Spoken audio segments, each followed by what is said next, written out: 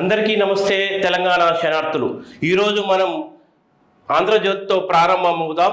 ఆంధ్రజ్యోతిలో ప్రధాన వార్తగా ఈరోజు ఛత్తీస్గఢ్ కరెంట్లో 6,000 కోట్ల భారం, తెలంగాణ విద్యుత్ సంస్థలపై మోయలేని బరువు పడినట్లు ప్రభుత్వ వర్గాలు. యూనిట్ ధర రూపాయలు 3.90 మాత్రమేనని లెక్కలు.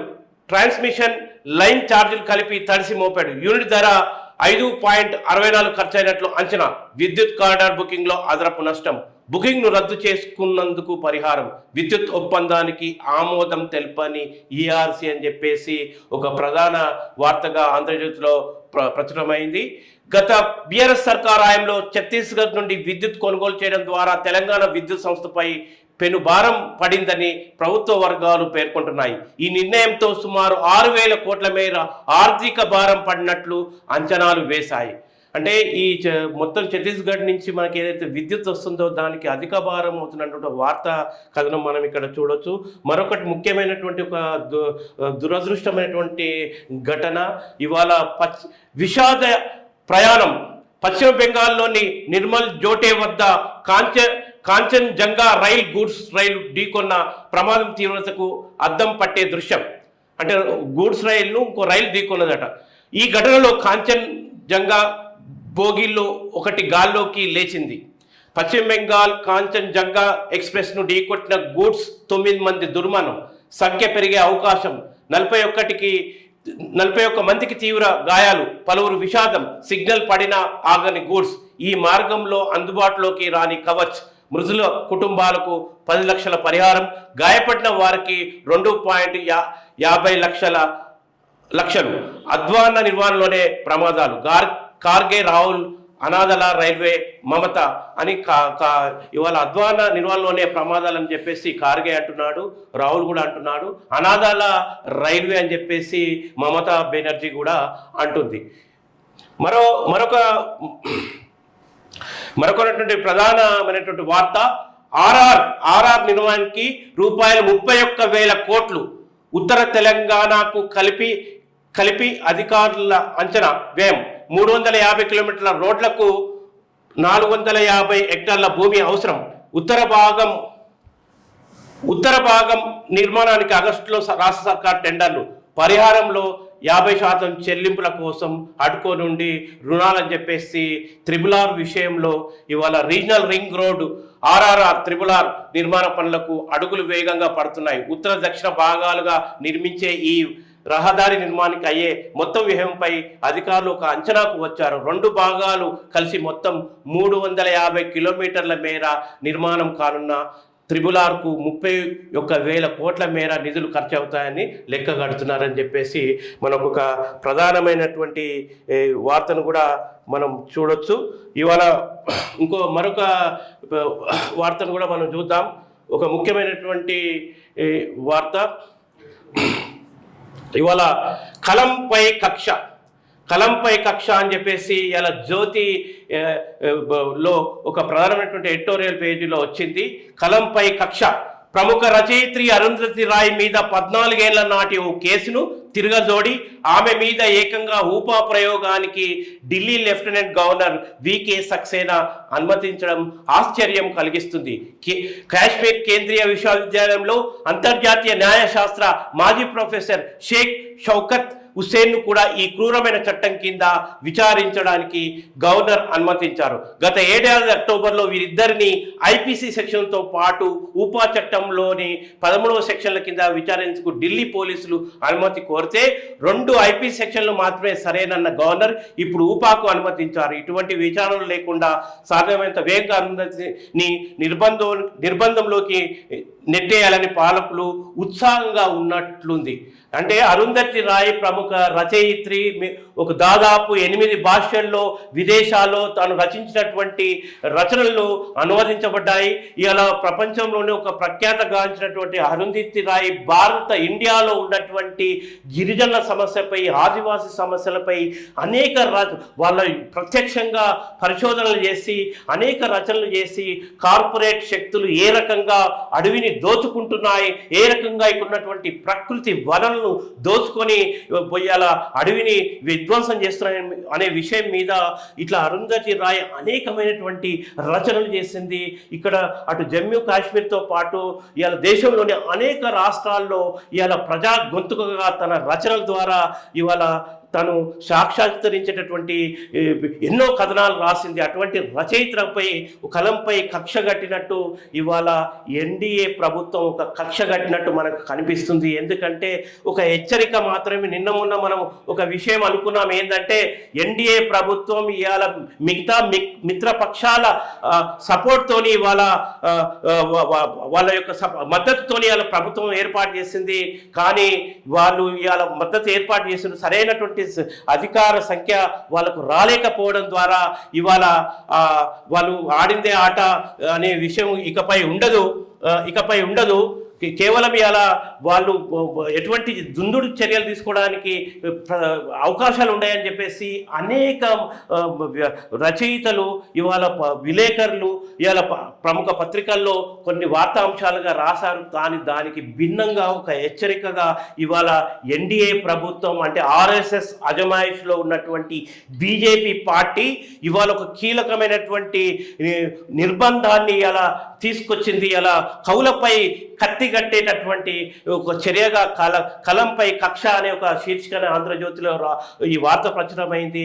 వాస్తవంగా అరుంధతి రాయ్పై ఇవాళ ఒక ఊపా చట్టాన్ని ఉరిగొల్పే, ఎందుకంటే 2010 సంవత్సరంలో ఢిల్లీ కేంద్రంగా ఒక సదస్సు జరిగినప్పుడు, కాశ్మీర్ సమస్యపై ఒక సదస్సు జరిగినప్పుడు ఆ సదస్సులో ఉపన్యాసం చేసినటువంటి అరుంధతి రాయ్పై ఇవాళ కేసును తిరగలోడి మరీ కలంపై కక్ష కట్టి అరుంధతి రాయ్ని ఇవాళ మొత్తం మీద ఎంత తొందరగా అంత జైలుకు పంపేటటువంటి ప్రయత్నం జరుగుతుంది. ఊపా చట్టం అంటేనే నో బెయిల్ ఓన్లీ జైల్ అనే ఒక సూత్రం ఉంది. ఆ నో బెయిల్ ఓన్లీ జైల్ అనే దాని మీద ఎటువంటి ప్రజాస్వామిక హక్కులను మొత్తం కాలరాస్తూ అరుంధతి రాయ్ని జైలుకు పంపడం ద్వారా మిగతా రచయితలు ఇవాళ ఆర్ఎస్ఎస్ భావజాలానికి వ్యతిరేకంగా ఎవరు తమ కళలను కల్పించి రాసిన ఇటువంటి పరిస్థితి ఏర్పడబోతుందని హెచ్చరిక కోసమే ఇవాళ అరుంధతి రాయ్పై ఇవాళ కుట్రపూరితమైనటువంటి ఊపా చట్టం తీసుకొచ్చారని మనకు స్పష్టమవుతున్నది. ఇవాళ దీనిపై ఇండియా వ్యాప్తంగా కూడా అనేక ప్రగతిశీల శక్తులతో పాటు అనేక మంది కవులు, కళాకారులు, ఇవాళ విద్యార్థులు, అట్లాగే ఆయా యూనివర్సిటీల విద్యార్థులు, అట్లాగే జర్నలిస్టులు దీనిపై తీవ్రంగా మండిపడుతున్నారు. ఇలా ఎన్డీఏ తీసుకొచ్చేటటువంటి అంటే ఆ ప్రభుత్వం ఏర్పడి కొద్ది రోజులు కాకముందే ఇలా ఇటువంటి క్రూరమైనటువంటి అంటే ఒక ఊపా చట్టాలను కవులపై కూడా మోపడం అనేది ఇది ఏ హెచ్చరికకు దారితీస్తుంది అంటే మిగతా వర్గాలకు ఇవాళ ఒక హెచ్చరికగా వీళ్ళు చేయదలుచుకున్నారు అనే విషయం మనకు స్పష్టమవుతుంది. ఇప్పుడు ఈనాడు పేపర్ను చూద్దాం. పారదర్శకతకు పాతర ఆది నుండి విమర్శలు ఎదుర్కొంటున్న ఎన్డీఏ, పరీక్షల నిర్వహణలో ఫలితాల విడుదలలో అనవసర గోప్యత, నీట్లో గ్రేస్ మార్కులు కలపడంతో మరోసారి వివాదం, ఇదేం వైఖరి అంటూ నిపుణుల విస్మయం. అంటే మొదటి నుంచి కూడా అనేక వివాదాలకు ఒక కేంద్రంగా ఇవాళ నీట్ పరీక్ష ఉన్నదని చెప్పేసి ఒక వార్తా కథనం వచ్చింది. కేంద్ర ప్రభుత్వం నియమించిన నేషనల్ టెస్టింగ్ ఏజెన్సీ ఎన్డీఏ పరీక్షల నిర్వహణ ఫలితాల విడుదల సందర్భంగా పారదర్శకత పాటించకపోవడంతో ఏటా విద్యార్థులు వారి తల్లిదండ్రులకు తిప్పలు తప్పడం లేదు. ఏ వివరాలు బహిర్గతం చేయాలి అనే విషయంలో గోప్యత పాటించాలనే అంశం స్పష్టత లేని ఆ సంస్థ కారణంగా లక్షలాది మంది విద్యార్థులు గందరగోళానికి గురవుతున్నారు. గతంలో అనేక పరీక్షల నిర్వహణలో విమర్శలు ఎదుర్కొంటున్న ఆ సంస్థ ప్రస్తుతం వివాదానికి కారణమైన నీట్ విషయంలో అలాగే వివరించింది. నీట్ ఫలితాలను వెల్లడిస్తున్న కనీసం గంట ముందు కూడా అధికారికంగా ప్రకటించలేదు. తీరా ఫలితాలపై 20 పేజీల పత్రికా ప్రకటన జారీ చేసిన ఎన్డీఏ అందులో 1563 మందికి గ్రేస్ మార్కులు కలిపామనే అంశాన్ని ప్రస్తావించడం సంస్థ విశ్వసనీయతను ప్రశ్నార్థకంగా మారింది అని చెప్పేసి ఇవాళ ఒక కథనం వచ్చింది. అన్ని అనుమానాలేనట. సాధారణంగా కొన్ని రోజులు ఒకరిద్దరికి ఒకే ర్యాంకు వస్తుంది. ఎన్డీఏ మాత్రం ఈసారి నీట్లో ఏకంగా 67 మందికి తొలి ర్యాంకు వచ్చినట్టు ప్రకటించింది. అనుమానంతో దేశవ్యాప్తంగా పలు రాష్ట్రాల్లో విద్యార్థులు రోడ్డెక్కారు. దీంతో హర్యానా, ఉత్తరాది భారతదేశాల్లోని మరికొన్ని ప్రాంతాల్లో సకాలంలో ప్రశ్నాపత్రాలు ఇవ్వలేని కారణంగా విద్యార్థుల సమయాన్ని కోల్పోయారని, అందుకే 1563 మందికి గ్రేస్ మార్కులు ఇచ్చామని ప్రకటించింది.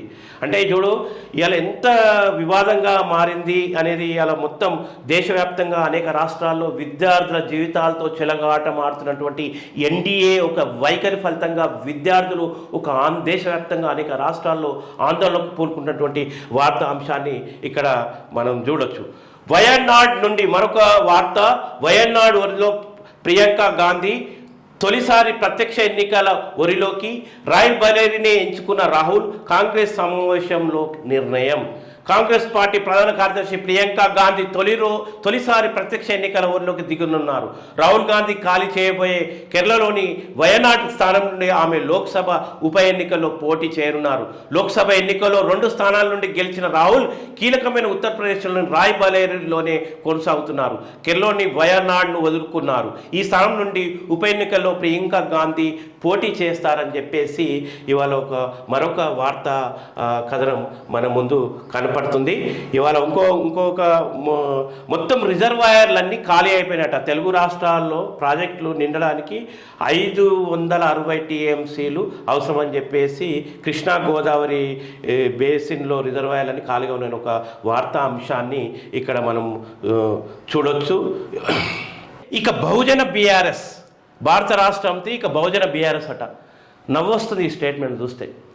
తెలంగాణ ఉద్యమం పేరుతో ఇక్కడ తెలంగాణ ఉద్యమానికి ఊపిరినటువంటి వాళ్ళను విస్మరించి కేవలం తమ కుటుంబ ప్రయోజనాల కోసం, తమ కొందరు స్వార్థ ప్రయోజనాల కోసం ఇవాళ ఇక్కడ ఉన్నటువంటి తెలంగాణ విద్యార్థి యువకుల యొక్క త్యాగాలను, వారి యొక్క అమరత్వాన్ని, వాటి పునాదుల మీద అధికారంలోకి వచ్చినటువంటి టీఆర్ఎస్ ప్రభుత్వం అలియాస్ బీఆర్ఎస్ ప్రభుత్వం కుటుంబ ప్రయోజనాలను నెరవేర్చుకుంది. తన అనునాయుల తమ దగ్గర నమ్మిన బంట్లకు ఉన్న వాళ్ళ ప్రయోజనాలు నెరవేర్చుకుంది తప్పితే ఇవాళ ఏమాత్రం తెలంగాణ ఉద్యమాలు చేసినటువంటి యువకులు, వారి యొక్క అమరుల కుటుంబాలకు కానీ, బ్రతుకున్న ఇప్పుడు ఉద్యమకారులకు కానీ, మొండికి బతుకుతున్నటువంటి ఉద్యమకారులకు కానీ, ఇప్పటికీ తెలంగాణ కేసులో తిరుగుతున్నటువంటి ఉద్యమకారులకు కానీ ఎటువంటి మేలు చేయలేదు. అప్పుడు ఒక తెలంగాణ అస్తిత్వం కోసం ఉద్యమానికి ఊపిరినటువంటి త్యాగాలపై అడుగులు వేసి గద్దెనెక్కినటువంటి టీఆర్ఎస్ ప్రభుత్వం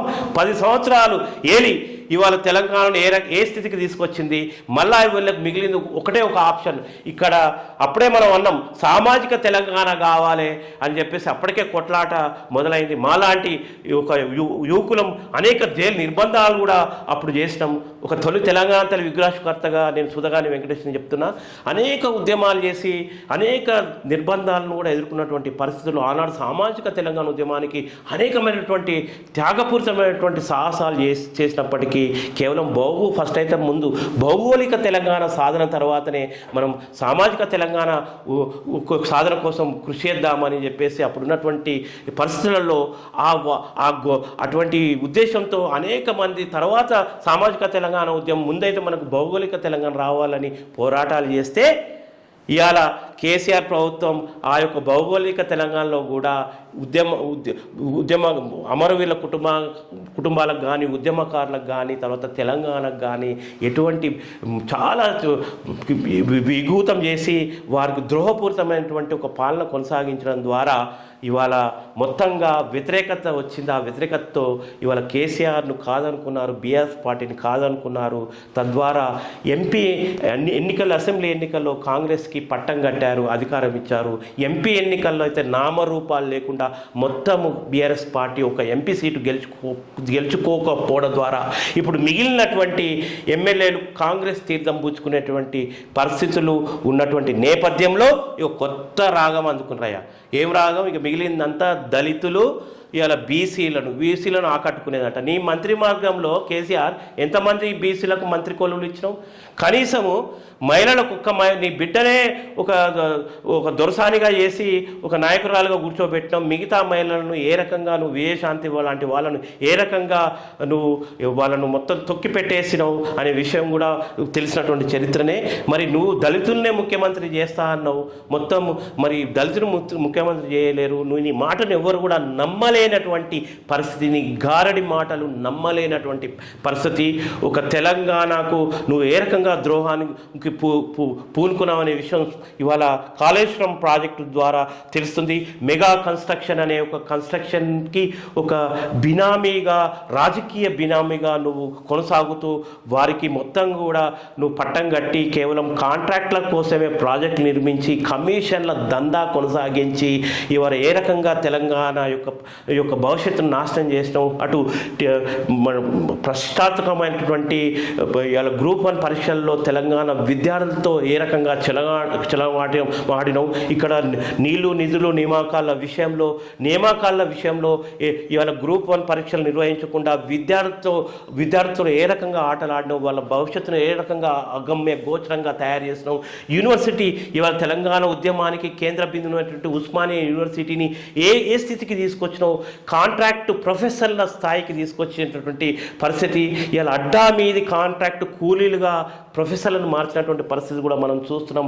ఎంత దిగజార్చినావు. తెలంగాణ ఉద్యమానికి ఇలా ఒక వెన్నుదన్నుగా ఉన్నటువంటి ఓయూ క్యాంపస్లో విద్యార్థులకు సౌకర్యాలేమిని కల్పిస్తూ పేదలకు విద్యను దూరం చేసినటువంటి కుట్రకు దిగజారినవు. అందులో బీసీ ద్రోహిగా ప్రవర్తించినావు, దళిత ద్రోహిగా ప్రవర్తించినావు, ఆఖరికి తెలంగాణ ద్రోహిగా కూడా నువ్వు అనేక ద్రోహపూరితమైన చర్యలకు పూనుకొని ఇప్పటిదాకా భౌగోళిక తెలంగాణ అంశంతో నువ్వు రాజ్యం ఏలినావు, కుటుంబ పాలన కొనసాగించినావు, మొత్తం తెలంగాణ సంపదను దోచుకున్నావు. విదేశాల్లో నీ కొడుకు దాపెట్టుకొని వచ్చినటువంటి సొత్తు గురించి కూడా ఇవాళ మనం మీడియాలో చూస్తున్నాం. నీ మనవని పేరుతో ఇవాళ మేజర్ కాకముందే అక్రమ ఆస్తులు సంపాదించి పెట్టినటువంటి అంశం ఒక వివాదంగా మారుతున్న సందర్భంలో కొత్త నాటకంతో ఇలా నువ్వు బయలుదేరినావు.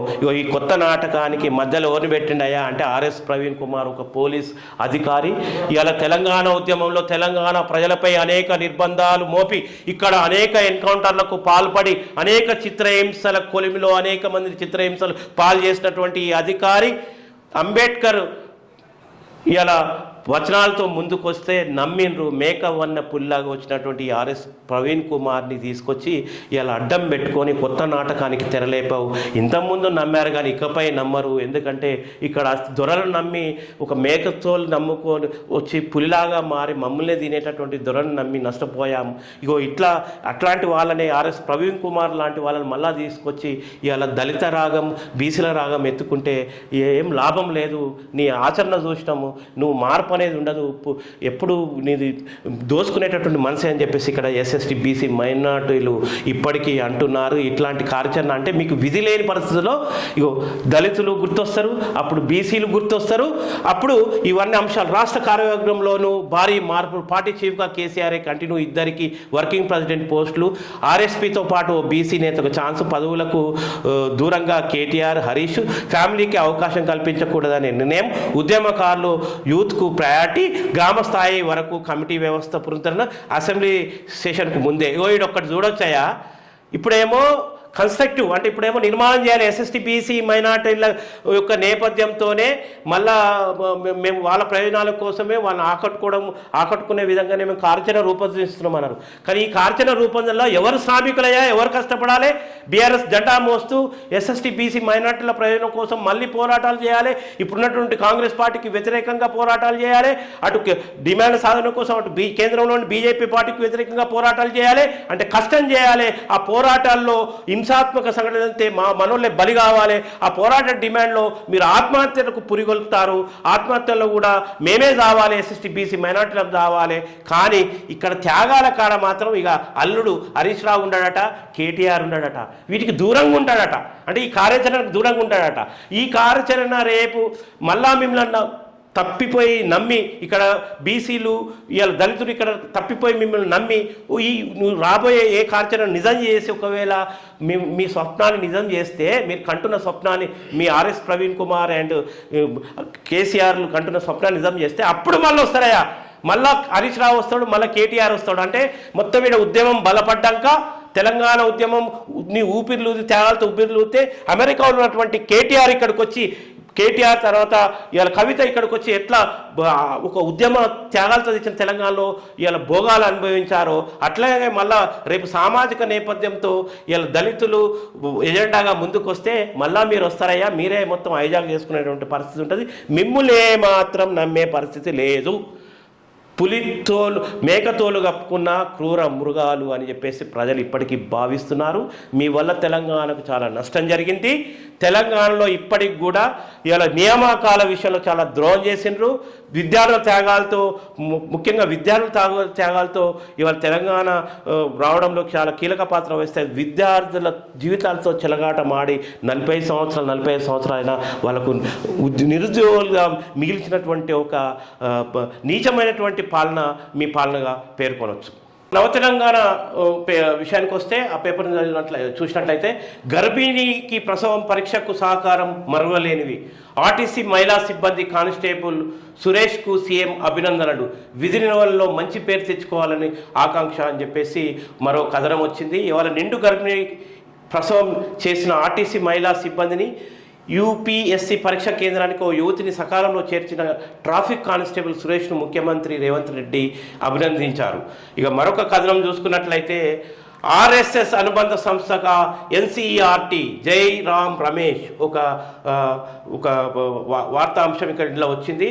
2014 నుండి ఎన్సీఈఆర్టీ ఆర్ఎస్ఎస్ అనుబంధ సంస్థగా పనిచేస్తుందని కాంగ్రెస్ నేత జయరాం రమేష్ ఆరోపించారు. ఇది పెద్ద ఎత్తున రాజ్యాంగంపై దాడికి దిగుతుందని మండిపడ్డారు. నీట్ 2024 ఫలితాల్లో గ్రేస్ మార్కులపై ఎన్సీఆర్టీని నేషనల్ ట్రేడింగ్ ఏజెన్సీ ఎన్డీఏ తప్పు పట్టిందని సోమవారం ఎక్స్లో పేర్కొన్నారు. ఈ చర్య ఎన్డీఏ సొంత వైఫల్యాల నుండి దారి మళ్లించేందుకు ఆగ్రహం వ్యక్తం చేశారు. ఇలా చూడండి, ఇలా ఒక ఎన్సీఆర్టీ నేషనల్ ఎడ్యుకేషనల్కి సంబంధించినటువంటి ఒక సిలబస్లో ఇలా ఆర్ఎస్ఎస్ అజమాయిష్లో ఉన్నటువంటి ఎన్సీఆర్టీ అనేది మొత్తం ఆర్ఎస్ఎస్ కన్సర్న్లో నడుస్తుంది. మొత్తం చరిత్రను వర్గీకరిస్తూ వీళ్ళు మొత్తం చరిత్రను పక్కదారి పట్టించే విధంగా సిలబస్ను మొత్తం మార్చుతున్నారని చెప్పేసి జయరాం రమేష్ ఒక తీవ్రమైనటువంటి ఆరోపణ ఎక్స్ ద్వారా చేశారు. జార్ఖండ్లో ఎన్కౌంటర్, 4 మావోయిస్టులు మృతి, మరో 2 అరెస్ట్. రాంచీ జార్ఖండ్లోని చైబాసాలో భద్రతా దళాలతో సోమవారం ఉదయం జరిగిన ఎన్కౌంటర్లో మహిళ సహా 4 మావోయిస్టులు మరణించారు. మరో 2 ఇంకా మిగతా 3వ పేజీ.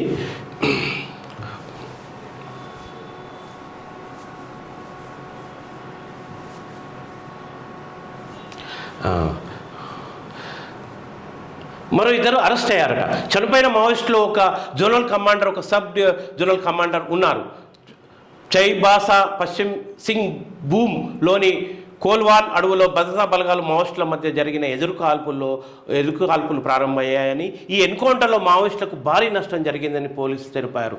మావోయిస్టుల మృతిని చైబాసా ఎస్పీ అశుతోష్ శేఖర్ ధృవీకరించారు. ఎన్కౌంటర్లో చనిపోయిన 4 మావోయిస్టులు, ఒకరు జోనల్ కమాండర్, మరొకరు సబ్ జోనల్ కమాండర్, ఇంకొకరు ఏరియా కమాండర్, మిగిలిన మావోయిస్టు మహిళ అని ఎస్పీ వివరించారు. ఎన్కౌంటర్ జరిగిన తర్వాత 2 మావోయిస్టులను భద్రతా దళాలు పట్టుకున్నారని, వారిలో ఒకరు ఏరియా కమాండర్ కాగా మరో వ్యక్తి కరుడుగట్టిన మహిళా మావోయిస్ట్ అని తెలిపారు. సంఘటనా స్థలంలో మావోయిస్టుల మృతదేహాలతో పాటు పెద్ద ఎత్తున ఆయుధాలు, పేలుడు పదార్థాలు లభించాయని వాళ్ళు పేర్కొంటున్నారు. వాస్తవంగా ఈ మధ్య జరిగేటటువంటి అనేక ఎన్కౌంటర్లో అమాయకమైనటువంటి ఆదివాసులను చంపేస్తున్నారు.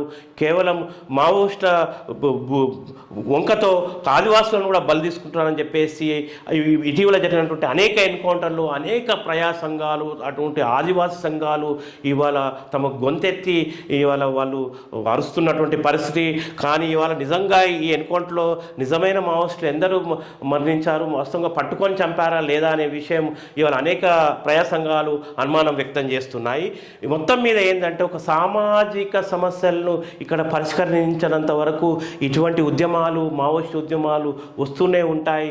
సామాజిక కోణంలో ఇక్కడ సమస్యను పరిష్కరిస్తే ఇవాళ ఇటువంటి వాటిని నివారించేటటువంటి పరిస్థితి, నిర్బంధంతో ఇటువంటి నివారిద్దామని అనుకుంటే ఏమాత్రం సాధ్యమవుతుందనే విషయం కూడా మనం చూడాల్సిన అవసరం ఉంది. ఎందుకంటే ఒకవైపు అడవిని దోసుకొని వెళ్తున్నారు ఈ కార్పొరేట్ శక్తులు, మొత్తం అడవిలో ఉన్నటువంటి ప్రకృతి వనరుల మీద కన్నేసి ఇవాళ అడవిని మొత్తము అడవిలో ఉన్నటువంటి సంపదలను మొత్తం తరలించుకున్నటువంటి కుట్రలో భాగంగానే ఇటువంటి ఎన్కౌంటర్లు జరుగుతున్నాయని చెప్పేసి అక్కడ ఆదివాసీ సమాజం నెత్తి నోరు మొత్తుకుంటుంది. అనేక వార్తా కథనాలు కూడా ఇటీవల మనం చూసాం. మరి ప్రభుత్వం ఇవాళ అటువంటి కార్పొరేట్ శక్తులకు ఊడిగం చేస్తే ఇటువంటి యుద్ధ భూమిగా మారి ఇక ఈ దేశ పౌరులు ఇవాళ వాళ్ళు మావోయిస్ట్ ఉద్యమాల్లో పోయి ఇలా పోరాటాలు చేస్తున్నామని చెప్పేసి వాళ్ళు అంటున్నారు. కానీ ఈ దేశం ఎటు మారేది మాత్రం ఈ దేశ ప్రజల రక్తమే ఇలా ఏర్లై పారుతుంది. ఇలా మావోయిస్టుల గొంతు కూడా ఏంటంటే కార్పొరేట్ శక్తులు అడవిని దోస్తుంది, అడవిని దోసుకోకుండా మేము కొన్ని ఉద్యమాలు చేస్తున్నామని చెప్పేసి మావోయిస్టులు ఇవాళ పేర్కొంటున్నారు. కానీ దానికి భిన్నంగా ఇదే దేశ పౌరులు భద్రతా దళాల పేరుతో ఎన్కౌంటర్లో ఇవాళ వాళ్ళని చంపుతున్నటువంటి ఎదురుకాల్పుల్లో చనిపోయారని చెప్పేసి వాళ్ళు ప్రకటిస్తున్నారు. మొత్తం మీద పారేది దేశ పౌరుల రక్తమే. కానీ ఈ దేశ పౌరుల రక్తం పారడానికి ఇవాళ ప్రధాన భూమిక కార్పొరేట్ యొక్క స్వార్థపూరితమైన ఒక ప్రయోజనం ఉందని చెప్పేసి చాలామంది ప్రజా సంఘాలు ఇప్పటికీ పేర్కొంటున్నాయి. మరొక ముఖ్య వార్తను మనం చూడొచ్చు. అల్లర్లను బోధించడం దేనికి? కొన్నింటిని సెలెక్టివ్గా ప్రస్తావించడం సరికాదు. పాఠ్య పుస్తకాల్లో కొన్ని అంశాల సవరింపులపై NCERT director DP Saklani Gujarat అల్లర్లు, బాబ్రీ మసీదు కూల్చివేత తర్వాత జరిగిన హింసను 12వ తరగతి పొలిటికల్ సైన్స్ పుస్తకం నుండి తొలగించడాన్ని సమర్థించారు. కొన్నింటిని సెలెక్టివ్గా ప్రస్తావించడం మంచిది కాదని నిపుణుల కమిటీ భావించిందని ఆయన అన్నారు. మనం పాఠ్యాంశాల పుస్తకాల్లో అల్లర్ల గురించి ఎందుకు బోధించాలి? మనం సానుకూల పౌరులను సృష్టించాలనుకుంటున్నాం, హింసాత్మక అనగారిన వ్యక్తులను కాదు. అయోధ్య విభాగంలో సవరణలు నిపుణుల అభిప్రాయంపై ఆధారపడి ఉన్నాయి. వివాదంపై సుప్రీంకోర్టు 2019 తీర్పునకు అనుగుణంగా ఉన్నాయి అని ఆయన చెప్పారు. అయోధ్య అంశానికి సంబంధించి 12వ తరగతి పుస్తకంలోని 8వ అధ్యాయంలో 4 నుండి 2 పేజీల వరకు కుదించారు. గత వారం మార్కెట్లోకి వచ్చిన ఈ సవరణ పుస్తకం మాత్రం బాబ్రీ మసీద్ పేరును ప్రస్తావించలేదు. దాన్ని 3 గోపురాల నిర్మాణం అని పిలుస్తూ గుజరాత్లోని సోమనాథ్ నుండి అయోధ్య వరకు బీజేపీ రథయాత్ర కరసేవ కుల పాత్ర డిసెంబర్ 6, 1992 బాబ్రీ మసీద్ కూల్చివేత నేపథ్యంలో మతహింస బీజేపీ పాలిత రాష్ట్రాల్లో రాష్ట్రపతి పాలనతో సహా మునుపటి వెర్షన్ నుంచి చెప్పే వివరాలు తొలగించింది. బాబ్రీ మసీద్ కూల్చివేత 2002 అల్లర్ల తర్వాత జరిగిన మతహింసకు సంబంధించిన కంటెంట్ను విస్మరించడంపై ఆయన మాట్లాడుతూ మన దేశంలో చాలా మతపరమైన అల్లర్లు జరిగాయి, కొన్నింటిని సెలెక్టివ్గా పేర్కొనడం మంచిది కాదని, పాఠ్యాంశాల్లో చరిత్రను వాస్తవాలు చెప్పడానికే బోధిస్తూ ారని దాన్ని యుద్ధ ప్రాతిపదికన యుద్ధ భూమిగా మార్చకూడదని నిపుణుల కమిటీ అభిప్రాయపడింది అని తెలిపారు. బాబ్రీ మసీద్ కూల్చివేతకు దారితీసిన సంఘటనలు, దాని తదనంతర పరిణామాలపై ఇతర వివరాలను ఎందుకు వదిలిపెట్టారన్న ప్రశ్నకు కొత్త కాంటెంట్ సుప్రీంకోర్టు తీర్పుపై ప్రవేశపెట్టాల్సిన అవసరం లేదు అని అన్నారు. అంటే భావి తరాలను ఒక ప్రగతిశీల శక్తిగా మార్చాల్సినటువంటి విద్య ఇలా దేశంలోనే ఎన్సీఆర్టీ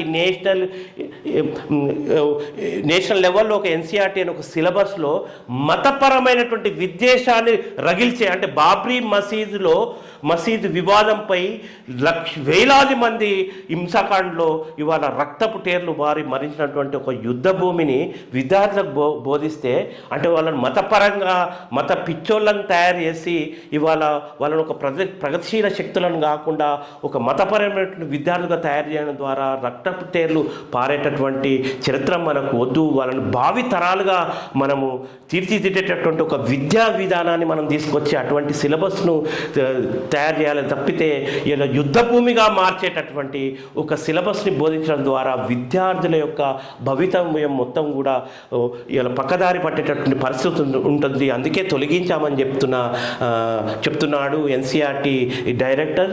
ఇట్లాంటి పరిణామాలు ముఖ్యమైనవే, ఎందుకంటే ఆర్ఎస్ఎస్ అజమాయిష్లో ఉన్నటువంటి బీజేపీ పార్టీ అధికారంలో ఉండి గతంలో ఏకపక్షంగా దొరలతో ఎన్సీఆర్టీ సిలబస్ను ఒక మత కోణంలో మార్చి ఒక యుద్ధ భూమిగా మార్చేటటువంటి ప్రయత్నం చేసింది అనే దానికి ఇక్కడ సాక్ష్యం మనకు కనిపిస్తుంది.